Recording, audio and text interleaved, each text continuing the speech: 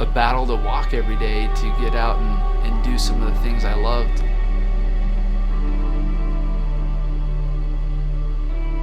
I let fear take over. I was afraid, what my life will look like. Will I ever play with my kids? Will I ever keep my job? Will I keep food on the table?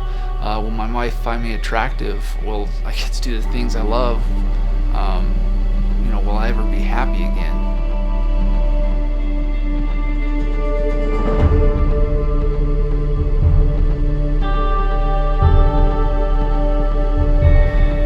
My name is Sidney Smith. I live in Vernal, Utah, and I was born with a disease called Charcot-Marie-Tooth.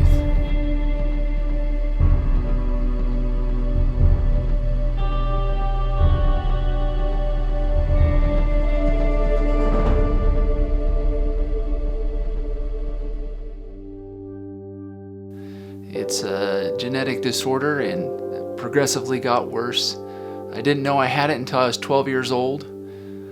Growing up, I was bullied. I tripped a lot. I wasn't very good at sports, and when my parents took me to the doctor and tried to figure out what was wrong with me, that's when they noticed I had some major feet problems.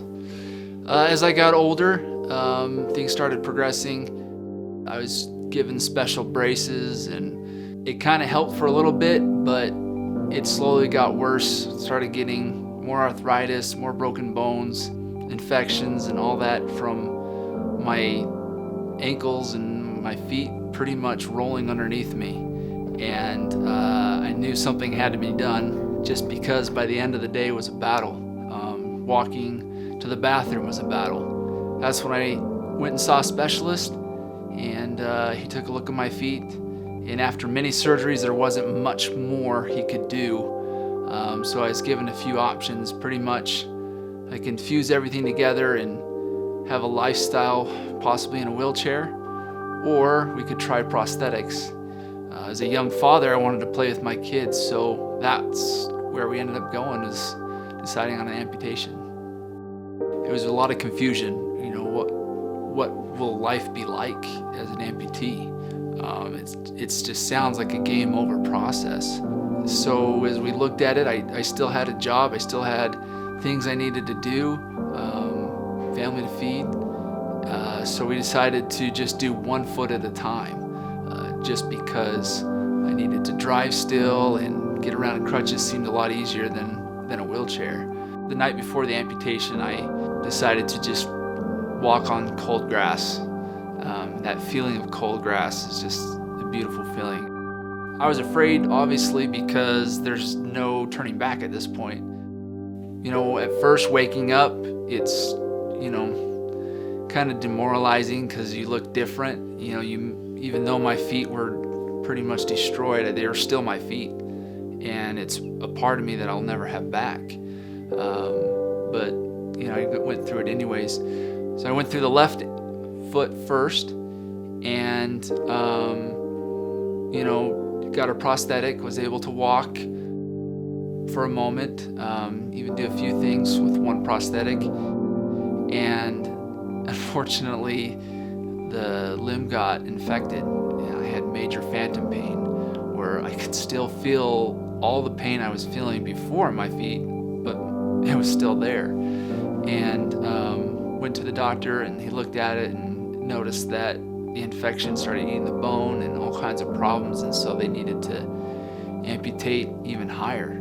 And that's kind of where I hit rock bottom at this point. It was very, very depressing, and basically letting fear in my life take over, and to the point where I wanted to hurt myself. But I'm glad I didn't. I just held on to a little thing, just to believe that things are going to get better. And so I decided to tell the doctor, I said, let's go ahead and reamputate, fix up that limb, and I'm done with hospitals, I'm done with hospital food, and amputate both at the same time. And so as November of 2015 is when I officially became a double amputee.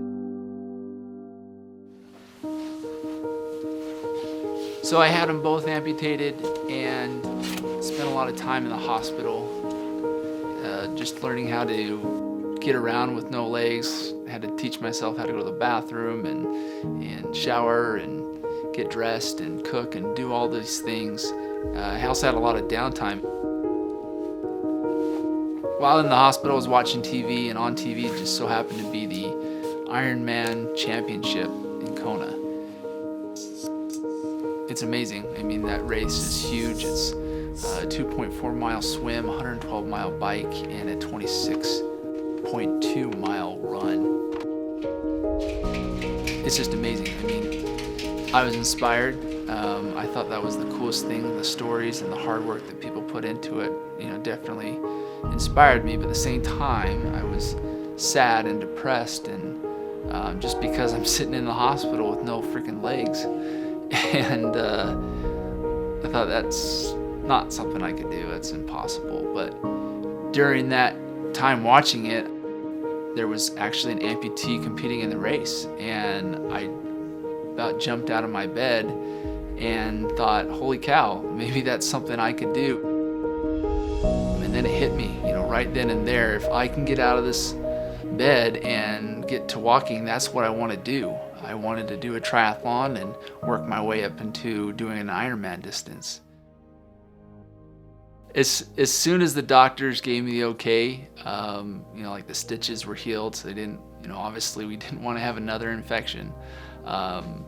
They said I can go swimming, and that was the first step, is to swim and swim. I had to reteach myself how to swim. I was a pretty good swimmer. I did swimming in high school. I did swimming a little bit in college. My parents said I started swimming when I was 3, but I had to reteach myself because I couldn't kick. And in Ironman and any triathlon competition, you can't have prosthetics in the water. So spent a lot of time taking a lot of film, putting the GoPros under the water just to see how I can improve, and practice and practice and practice. I got better to the point where I was pretty much where I was before I lost my legs. And then I got a prosthetic and was able to walk, and started trying to walk further and further to the point where I can maybe do a little jogging. And one day I was able to run maybe 100 yards, and then it turned into 125 yards. And then some days it was 10 yards. And then some days it was 200, 300, to the point where I could run around the track. I got better at it, where I can go further and further. And finally, about 6 months from my amputation is when I competed in my first triathlon. Later that year, I was given a pair of fill-hour running blades from an organization called Amputee Blade Runners. Last year I did St. George 70.3 Ironman, and then later that fall I did the Boulder, Colorado 70.3 Ironman. And this year I am trying to take it to the next level, focus on my weakness, which is running, and do a full marathon. And as a motivation for me, I want to try to raise money also to Amputee Blade Runners, so that way they can make a prosthetic leg for somebody else that wants to run like me. And then after that, the next step will be the full Ironman.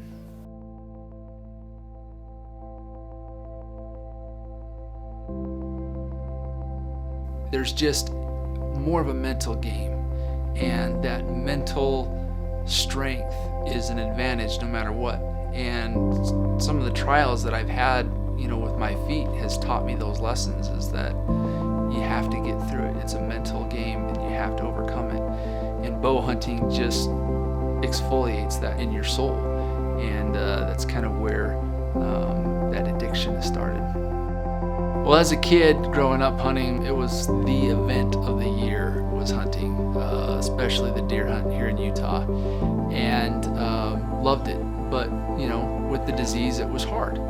But as an amputee, I was able to walk better with less pain because of the prosthetic. It gave me the options to do things I've always wanted to do. And come to find out, I got pretty good at it. Oh my gosh, my heart is beating so fast. This is amazing. I had a lot of compliments, and experts say I could actually do really well in the mountains. And so, from just being a rifle shooter, I took it to the next level and started getting into the backpacking and started getting into bow hunting. And just because of that challenge, that I now can do it, and I was getting better at it and able to hunt quite a bit. One of the things that kept me going and kept me pushing was my family. My kids and my wife, they've just been a great support. It's a lot to ask for. I have the most amazing family. My kids were so understanding, and my wife, although it was a struggle for me, it was a struggle for her. And I'm just grateful, because that's really that kept me going and kept me pushing each day, was to have their support. When I was afraid, and I let fear take over my life, I could have chose to either end it or sit at home and thought, woe is me? Why me? Why does this have to happen? Or I could not do that and pick myself up and continue to push. Yeah, I fell a few times, but I got myself back up. From what I hope people see about me and my story is that, life is hard, and fortunately it gets harder as we go, but we're going to get better at it. And the more that we overcome our challenges, the stronger we're going to be. Challenges is really what makes life interesting. It's overcoming them that's going to make it meaningful.